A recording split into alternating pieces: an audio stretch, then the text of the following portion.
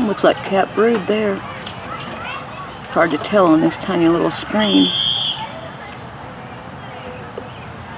But I did go into this hive last night. The queen is in there and she is huge. She's so fat and I love to see that. She's laying like mad. There are at least 6 fully occupied frames, and most of those are solidly laid with brood at varying stages, but the majority of that is capped. Of course, brood spends about half their time in the capped cell before they emerge. The next few days, I'm expecting a lot of hatching to happen.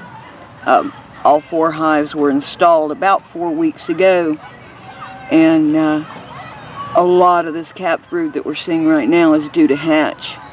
So we'll see probably at least a doubling, maybe a little more than a doubling of population here before too long. And that's good because the honey flow is getting started for real. The privet is blooming, and you can smell that in the air. So higher bee populations means more honey made.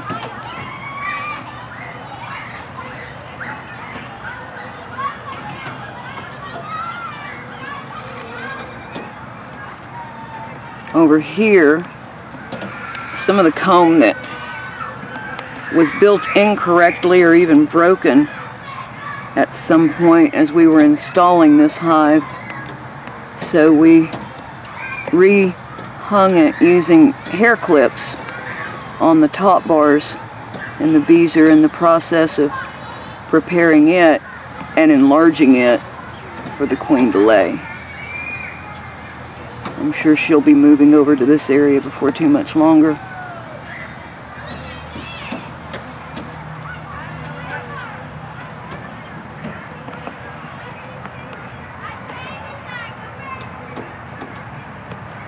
Switch the camera and look upwards through the bottom screen into the hive. Here's something interesting. I just noticed that.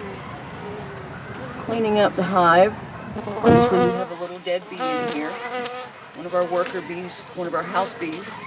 We're going to take her to the entrance. She's having a little trouble finding it at this point because the whole screen bottom makes it difficult to see where she's going.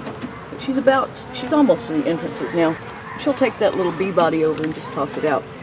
So let's come over here and look upwards from the bottom of the hive and see what we can see. There's a piece of comb that we tried to rehang for them, but it simply fell. To get around and take a look up and get past it. Well, there's the comb that we hung from the top bars. It's hard to see through the screen. I'm going to get as close as I can. But that comb is hung from the top bars with those hair clips, and the bees are already starting to put that back together. Here we can see how they're working. If you can see past the screen, you see them working on the hives, on the front, on the wax.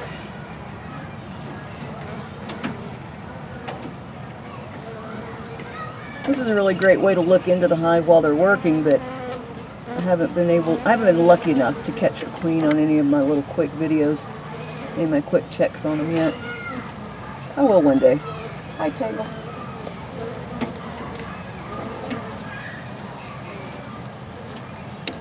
Now remember, folks, I live right outside a city. I live on a small lot in a subdivision. I currently have 4 hives in my backyard. Plan to increase that number as soon as I can. Anybody can do this. This is not rocket science.